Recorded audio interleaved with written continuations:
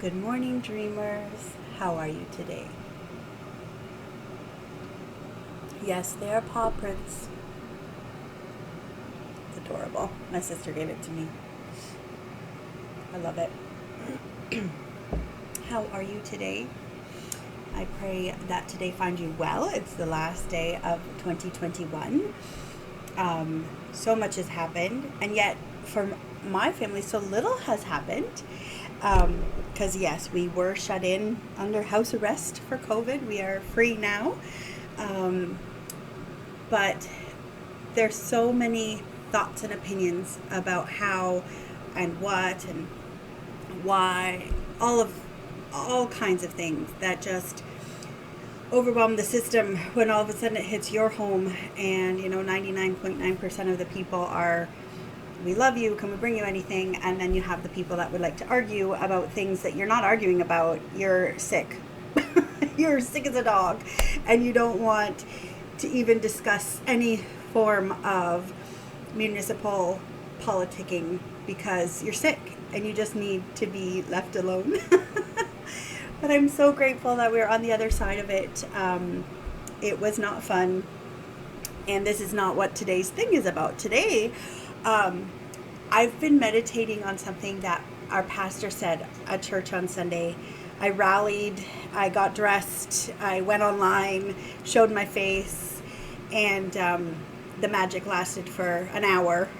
Like, I wasn't hanging around afterwards, but I was so glad I went and heard what he had to say. It was just a devotional um, talk, and he talked about how often we launch at Christmas and we sprint through the Christmas season, and then we keep running. As Christians, we keep running towards Easter, and Easter becomes the goal, the cross and um,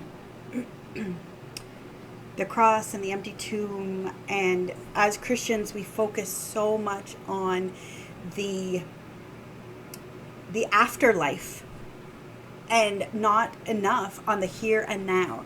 And right now, we're in the middle of what we all hate the song, but the 12 days of Christmas. We're in the middle of that, between Christmas and Epiphany on January 6th.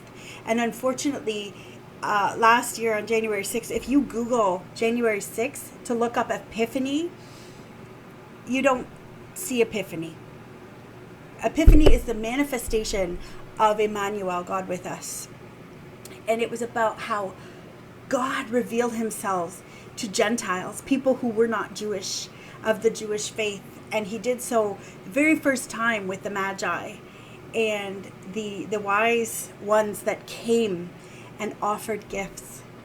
And the whole concept of Epiphany is that we offer ourselves in the everyday ins and outs of the day to God as an act of worship. And we slow life down to the plod of a camel's plod. I'm sure there are camels that run.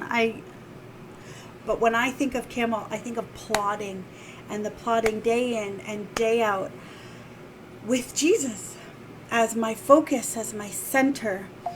And so I often, as I meditate on all of this during Epiphany, I'm thinking, how often do I run towards Easter and make that the only thing that I have to think about? And so this year, 2022 coming up, I'm going to meditate on the fact, this question, and I offer this question to you, those of you that are atheist in nature, in thought process and in belief. It won't be a leap for you. It won't be a leap for you at all. But my evangelical family and friends, this is going to be a big leap. And this is my question.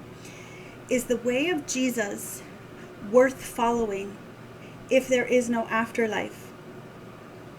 The Jewish tradition did not hold to an afterlife. The Jewish understanding was not that there was some glorious heaven to go and partake, or an awful hell where you were separated from God forever. The Jewish tradition was not of such. It was about how we live here and now. And I know this life right here needs to focus more on that. And let the afterlife take care of the afterlife. And I know a lot of people will label me heretic for saying that, because it's like their whole lives are driven towards you must get to heaven when you die. Okay, but what about the kingdom on earth as it is in heaven? What about right now? This is the epiphany, the manifestation of God with us.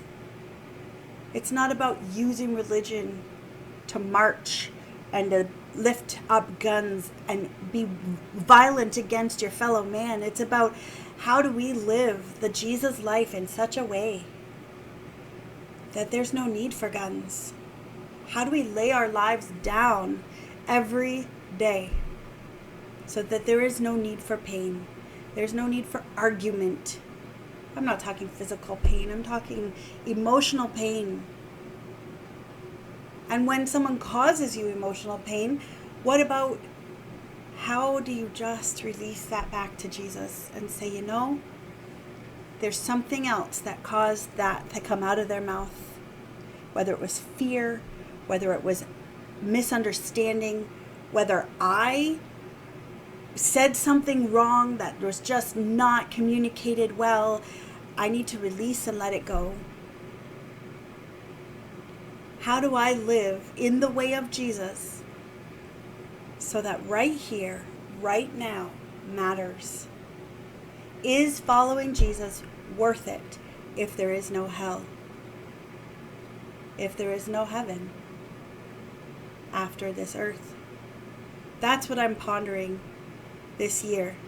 This is not me saying there is no heaven or there is no hell. You need to listen, so don't get your back up. Simmer down. All I'm saying is the way of Jesus Christ in the everyday, the ordinary, in between, camel plodding moments. The times of COVID, the times of cold and flu and seasonal yucks, the times of being low and depressed and just blue because winter is upon us and there is no joy. Is following the way of Jesus worth it? I already know what my answer is. But I do challenge us to think it through. Why do we do what we do? Is it just fire insurance at the end of the day? Is that what it is? So that when we're done living on this earth, that we are blessed and we're happy and we've somehow won an award. That's not what Jesus is about. He's about right here, right now, reminding you you are worth it, you're valuable, you are amazing, and you're worth fighting for. You're worth dying for. You're worth living for. Happy New Year. Spend some time dreaming about what you want to see 2022 look like. And remember that you are deeply loved. Mwah. Bye. See you next year.